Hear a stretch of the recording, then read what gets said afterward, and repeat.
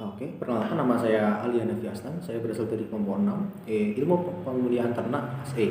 Di sini saya akan jelaskan tentang laporan praktikum genetik ilmu pemulihan ternak yang berkaitan dengan heritabilitas, korelasi genetik dan resiko. Saya mulai dari pendahuluan. Latar belakang dari praktikum ini adalah dalam nilai ternak untuk tujuan pemulihan ternak, kambing perlu dilakukan pencatatan dan penilaian pada performa ternak. Untuk tujuan pemulihan ternak, maka ternak yang performanya bagus harus dipertahankan, dan untuk ternak yang performanya kurang baik maka harus dieliminasi. Metode untuk menilai performa ternak ini dilakukan dengan menghitung heritabilitas, relasi genetik, dan repeatabilitas dalam suatu populasi. Heritabilitas ini mengukur keragaman total pada fenotipik yang disebabkan oleh keragaman genetik aditif. Heritabilitas dapat diekspresikan menjadi dua, yaitu dalam arti luas dan dalam arti sempit. Heritabilitas dalam arti sempit lebih tepat digunakan karena pada program pemulihan lebih ditekankan sifat-sifat yang mempunyai nilai ekonomi tinggi. Korelasi genetik berkaitan dengan hubungan suatu sifat dengan sifat yang lain secara genetik. Alasan mengapa korelasi genetik sangat penting adalah jika dua sifat berkorelasi secara genetik, maka seleksi untuk suatu sifat akan menyebabkan perubahan pada sifat yang lain. Yaitu konsep repeatabilitas didasarkan pada penampilan seekor ternak pada beberapa periode produksi selama ternak tersebut hidup. Beberapa kali penampilan produksi individu pada suatu populasi menjadi penting dalam menduga nilai repeatabilitas, karena koefisien repeatabilitas diperoleh dari data penampilan produksi pada beberapa periode waktu produksi yang belum turun. Maka repeatabilitas sering disebut sebagai angka pengulangan. Aplikasi repeatabilitas adalah program seleksi ternak untuk mempertahankan ternak yang penampilan produksinya dianggap baik pada suatu populasi peternakan. Berdasarkan prestasi produksi pada awal periode produksi, penilaian performa kambing ini penting untuk menjaga produktivitas ternak kambing sehingga produktivitasnya tetap maksimal. Selanjutnya yaitu saya akan menjelaskan tentang tujuan dari praktikum ini. Tujuan dari praktikum ini adalah mahasiswa mengetahui apa itu heritabilitas, korelasi genetik, dan repeatabilitas. Akhirnya mahasiswa mampu melakukan perhitungan heritabilitas, korelasi genetik, dan repeatabilitas. Serta mahasiswa mampu mengetahui kegunaan dari heritabilitas, korelasi genetik, dan repeatabilitas secara aplikatif. Selanjutnya, apa sih manfaat dari praktikum ini? Manfaat dari praktikum ini adalah kita mampu memahami tentang heritabilitas, korelasi genetik, dan repeatabilitas, mampu menghitung nilai heritabilitas, korelasi genetik, dan repeatabilitas berdasarkan data yang ada, mampu melakukan seleksi ternak berdasarkan data performa produksinya. Ini adalah data yang akan kita gunakan untuk praktikum heritabilitas, korelasi genetik, dan repeatabilitas. Data ini merupakan data bobot lahir dan bobot sapih dari kambing saburai jantan dengan 4 pejantan dan 5 betina untuk per jantan. Jadi ini adalah tabel data heritabilitas bobot lahir yang akan digunakan untuk perhitungan praktikum ini. Pertama adalah faktor koreksi. Faktor koreksi rumusnya Y titik kuadrat dibagi N titik sama dengan 71,81 kuadrat dibagi 20 hasilnya sama dengan 257,83. Selanjutnya adalah jumlah kuadrat antar pejantan atau JKS. Rumus JKS adalah sigma I YI titik kuadrat dibagi NI min FK. Hasilnya 1290,29 dibagi 5 dikurangi 257,83 sama dengan 258,05 dikurangi 257,83. Hasilnya adalah 0,22. Satunya adalah jumlah kuadrat antar anak dalam pejantan atau JKW. JKW rumusnya sama dengan Y kuadrat IK dikurangi sigma I YI titik kuadrat dibagi NI. Hasilnya sama dengan 259,08 dikurangi 258,05. Hasilnya adalah 1,03. Selanjutnya adalah DBS atau derajat bebas antar pejantan. DBS ini dihitung dari S-1. S adalah jumlah pejantan dikurangi 1 sama dengan 4 min 1 sama dengan 3. Ini adalah derajat bebas antar anak dalam pejantan atau DBW. DBW sama dengan N titik min S. Ini sama dengan 20 min 4 sama dengan 16. Selanjutnya adalah kuadrat tengah antar pejantan atau KTS. KTS semuanya sama dengan JKS dibagi DBS sama dengan 0,22 dibagi 3 sama dengan 0,073. Selanjutnya adalah kuadrat tengah antar anak dalam pejantan atau KTW.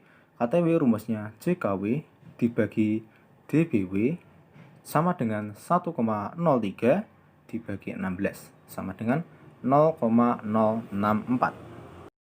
Selanjutnya adalah kuadrat tengah harapan antar anak dalam hajatan.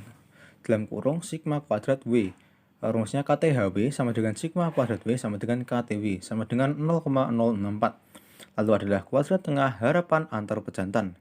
Sigma kuadrat S sama dengan KTHS sama dengan sigma kuadrat S sama dengan KTS min KTW dibagi K sama dengan 0,073 dibagi 0,64 dibagi 5 sama dengan 0,018. Selanjutnya adalah heritabilitas indeks bobot lahir atau H kuadrat. H kuadrat rumusnya 4 sigma kuadrat S dibagi sigma kuadrat S ditambah sigma kuadrat B sama dengan 4 0,018 dibagi 0,018 ditambah 0,064. Hasilnya adalah 0,104. Ini adalah daftar titik ragam dari perhitungan heritabilitas indeks bobot lahir. Jadi saya akan membahas tentang hasil heritabilitas pada perhitungan indeks bobot lahir kambing ini. Hasil dari heritabilitas yang didapatkan dalam praktikum ini adalah 0,104. Hal ini sudah sesuai dengan heritabilitas standar yang dengan pendapat Sulastri et al. Pada 2016 yang menyatakan bahwa standar heritabilitas bobot lahir kambing adalah 0,10. Artinya pada heritabilitas ini penampilan bobot lahir pada kambing ini dipengaruhi oleh genetik sebesar 10% dan pengaruh lingkungan sebesar 90%. Selanjutnya, faktor-faktor yang memengaruhi nilai heritabilitas adalah keragaman genetik aditif dan disebabkan oleh keragaman lingkungan. Keragaman lingkungan ini akan meliputi keragaman genetik non-aditif atau dominan dan epistasis, keragaman maternal, dan keragaman lingkungan eksternal. Jadi ini adalah data yang akan kita gunakan untuk menduga nilai heritabilitas bobot sapi pada kambing.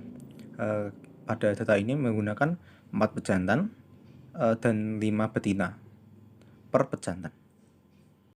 Pertama-tama hal yang akan dihitung adalah faktor koreksi atau FK. FK dihitung dengan cara sama.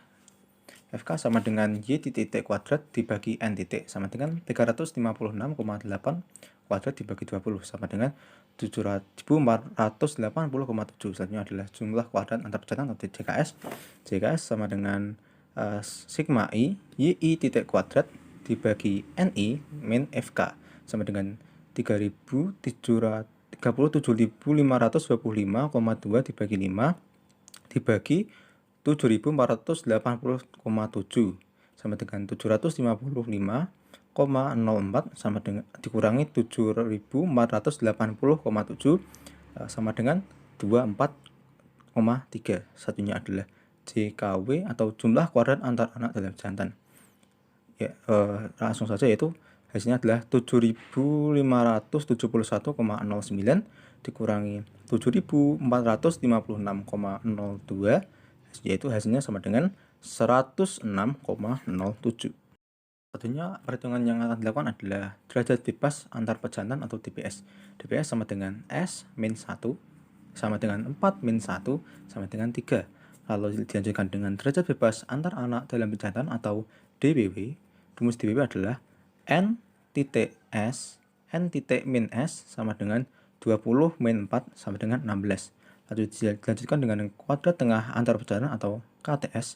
Rumus KTS adalah JKS min DBS sama dengan 24,34 dibagi 3 sama dengan 8,11. Satunya adalah perhitungan kuadrat tengah antar anak dalam pejantan atau KTW. Rumus KTW adalah JKW dibagi DBW sama dengan 106,07 dibagi 16 sama dengan 6,62. Selanjutnya adalah kuadrat tengah harapan antar anak dalam pejantan atau sigma W kuadrat. KTHW sama dengan sigma W kuadrat sama dengan KTW sama dengan 6,62. Ini adalah kuadrat tengah harapan antar pejantan sigma kuadrat S. KTHS sama dengan sigma S kuadrat sama dengan KTS min KTW dibagi K sama dengan 8,11 dikurangi 6,62 dibagi 5 sama dengan 0,298. Selanjutnya terakhir adalah heritabilitas indeks bobot lahir atau H kuadrat. H kuadrat sama dengan 4 sigma S kuadrat dibagi sigma S kuadrat ditambah 6 sigma W kuadrat sama dengan 4 kali 0,298 dibagi 0,298 ditambah 6,62. Hasilnya adalah 0,172. Jadi ini adalah hasil dari daftar sidik ragam dari hasil perhitungan heritabilitas indeks bobot sapi. Selanjutnya saya akan membahas tentang pembahasan tentang hasil heritabilitas bobot sapi ini. Hasil heritabilitas bobot sapi pada perhitungan ini adalah 0,172. Hal ini sudah sesuai dengan pendapat Sulastri et al. 2016 yang menyatakan bahwa bobot sapi kambing heritabilitasnya adalah 0,160. Hal tersebut berarti bahwa keragaman bobot sapi antar individu pada kambing ini adalah 16% disebabkan oleh keragaman genetik aditif dan 84% dipengaruhi oleh keragaman lingkungan. Untuk faktor-faktor yang memengaruhi hal tersebut sama seperti pada heritabilitas pada bobot lahir. Selanjutnya hal yang akan kita bahas adalah pendugaan nilai korelasi genetik bobot lahir dan bobot sapi. Jadi ini adalah data yang akan kita gunakan untuk menduga korelasi genetik bobot lahir 1 dengan bobot sapi 1 pada kambing sepuri jantan. Jadi ini adalah data yang akan kita gunakan. Jadi ini adalah perhitungan dari korelasi genetik bobot lahir dengan bobot sapi. Hal yang pertama dihitung adalah faktor koreksi atau FK. Rumusnya adalah X dikali Y dibagi N sama dengan 71,81 dikali 386,8 dibagi 20. Hasilnya adalah 1388,80. Hasilnya adalah JHKS atau jumlah hasil kali antar pejantan. Yang rumusnya adalah sigma I XI titik YI titik dibagi NI dikurangi faktor koreksi. Hasilnya adalah 6955,16 dibagi 5 dikurangi 1388,80 sama dengan 1391,03 dikurangi 1388,80. Hasilnya adalah 2,23. Selanjutnya adalah jumlah hasil kali antar anak dalam pejantan atau CHKW yang rumusnya adalah sigma I sigma K XIK kali YIK dikurangi sigma I XI titik Y titik per NI sama dengan 1396,32 dikurangi 1391,03 yang hasilnya adalah 5,29. Selanjutnya adalah perhitungan derajat bebas antar pejantan atau DBS yang rumusnya adalah S-1 sama dengan 4 min 1 sama hasilnya sama dengan 3. Hasilnya adalah derajat bebas antar anak dalam pejantan atau DBW. DBW rumusnya sama dengan N titik dikurangi S sama dengan 20 kurangi 4, hasilnya sama dengan 16. Selanjutnya adalah hasil kali rata-rata antar pejantan atau HKRS. HKRS rumusnya sama dengan CHKS dibagi DBS sama dengan 2,23 dibagi 3 sama dengan 0,743. Oke, selanjutnya adalah hasil kali rata-rata antar anak dalam pejantan atau HKRW. HKRW rumusnya CHKW dibagi DBW sama dengan 5,29 bagi 16 sama dengan 0,33. Kemudian adalah hasil kali rata-rata harapan antar anak dalam pejantan atau kovarian W sama dengan HKRW sama dengan kovarian B sama dengan HKRW. HKRW sama dengan 0,33. Selanjutnya adalah hasil kali rata-rata harapan antar pejantan atau kovarian S. HKRHS sama dengan kovarian S sama dengan HKRS dibagi HKRW dibagi K sama dengan 0,743 dikurangi 0,33 dibagi 5. Hasilnya adalah 0,82. Selanjutnya adalah perhitungan korelasi genetik atau RG. RG rumusnya sama dengan 4 kovarian S dibagi akar 4 sigma S kuadrat X dikali 4 sigma S kuadrat Y sama dengan 4 kali 0,082 dibagi akar 4 kali 0,104 dikali 4,0171 sama dengan 0,328 dibagi akar 0,284 sama dengan 0,328 dibagi 0,532. Hasilnya sama dengan 0,616. Jadi ini adalah daftar sidik ragam dari perhitungan korelasi bobot lahir dengan bobot sapi pada kambing sabur jantan. Selanjutnya saya akan membahas tentang hasilnya, yaitu data pada praktikum ini mendapatkan hasil sebesar 0,616 korelasi genetiknya. Namun hal ini belum sesuai dengan hasil standar yang berdasarkan pendapat Tiara 2019 yang menyatakan bahwa nilai korelasi genetik pada kambing adalah 0,22. Data praktikum ini dua sifat termasuk kategori tinggi dan bernilai positif, sehingga hanya perlu melakukan seleksi pada sifat bobot lahir dan tidak perlu melakukan seleksi pada sifat bobot sapi. Berdasarkan pendapat Biello et al. 2010 menyatakan bahwa seleksi untuk meningkatkan bobot lahir akan diikuti oleh peningkatan pada sifat bobot sapi ternak kambing. Untuk faktor yang mempengaruhi nilai korelasi genetik ini, berdasarkan pendapat Tiara 2019 menyatakan bahwa nilai korelasi genetik ini dipengaruhi oleh gen pleiotropy atau pleiotropic gen dan gen berangkai atau linkage genes. Jadi ini adalah tabel data untuk perhitungan pendugaan repeatabilitas antar kelas bobot sapi pada kambing sabur jantan. Jadi ini adalah perhitungan dari repeatabilitas antar kelas pada bobot sapi kambing sabur jantan. Rumusnya yaitu R sama dengan sigma XY dikurangi sigma X kali sigma Y dibagi N dibagi akar sigma X kuadrat dikurangi sigma X kuadrat per N dikali sigma Y kuadrat dikurangi sigma Y kuadrat dibagi N sama dengan 104,15 dikurangi 104,04 dibagi akar 103,98 dikurangi 103,68 dikali 104,69 dikurangi 104,40 sama dengan 0,11 dibagi akar 0,3 kali 0,29 sama dengan 0,11 dibagi 0,294, hasilnya sama dengan 0,374. Kita langsung masuk pada pembahasan. Untuk hasil dari repeatabilitas antar kelas ini adalah 0,374, sedangkan namun hasil ini masih belum sesuai dengan pendapat Biello et al. 2010 yang menyatakan bahwa repeatabilitas untuk beras sapi dengan berat lahir adalah dengan metode korelasi antar kelas adalah 0,42 kurang 0,42. Dalam hal ini repeatabilitas merupakan suatu korelasi antar produksi pada periode N. Oke, selanjutnya kita masuk pada pembahasan.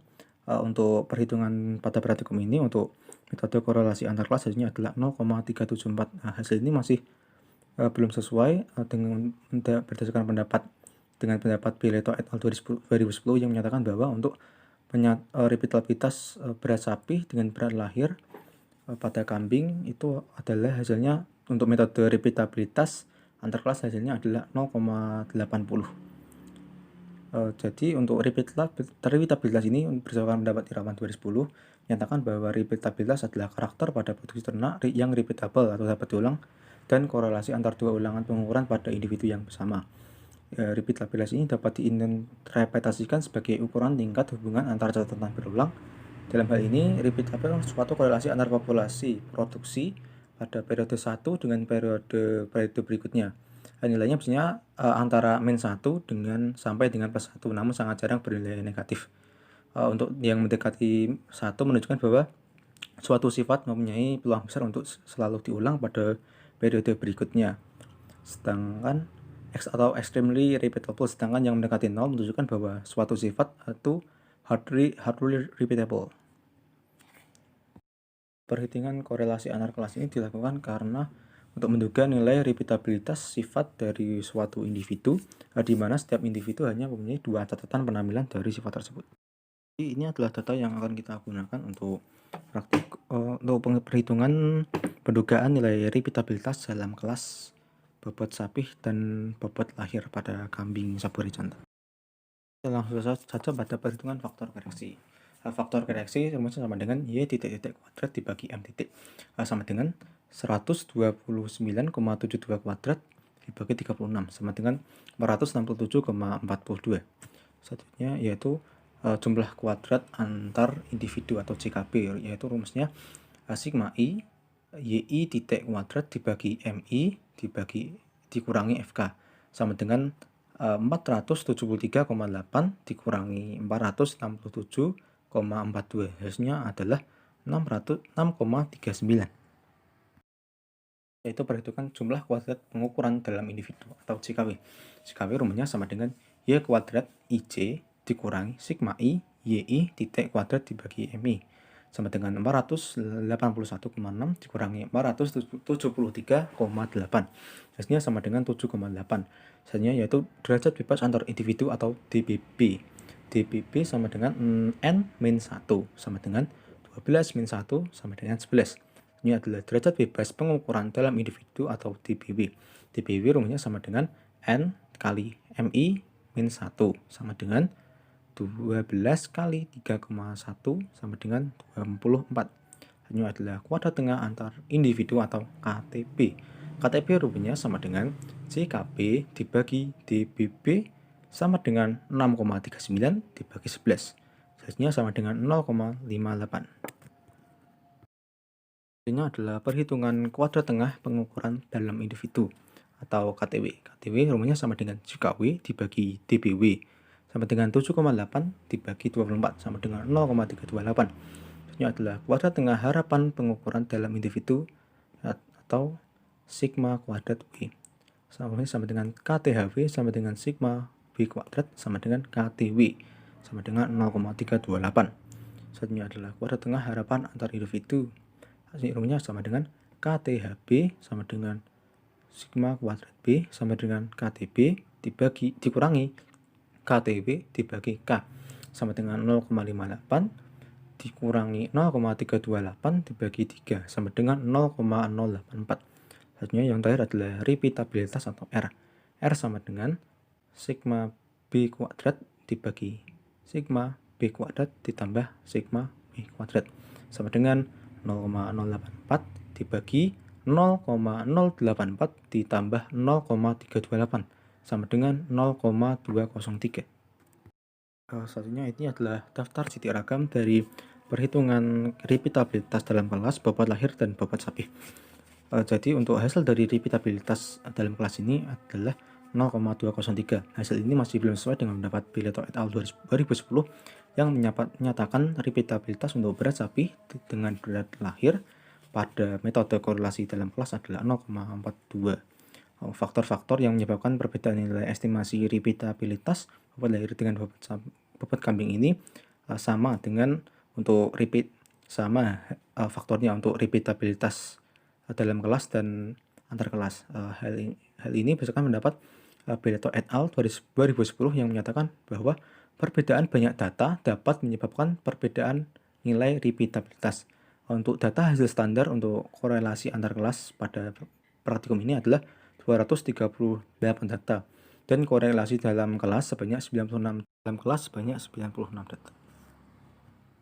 Sedangkan untuk data yang kita gunakan untuk praktikum ini untuk korelasi dalam kelas sebanyak 12 data dan 8 data untuk korelasi antar kelas, sehingga selisih dari hasil standar dan data yang kita gunakan untuk praktikum ini sangat jauh sekali. Sehingga kesimpulan yang kita bisa dapat dari praktikum heritabilitas, korelasi genetik, dan repeatabilitas ini diperoleh data heritabilitas sebesar 0,104, korelasi genetik 0,298, repeatabilitas antar kelas sebesar 0,374, dan repeatabilitas dalam kelas sebesar 0,203.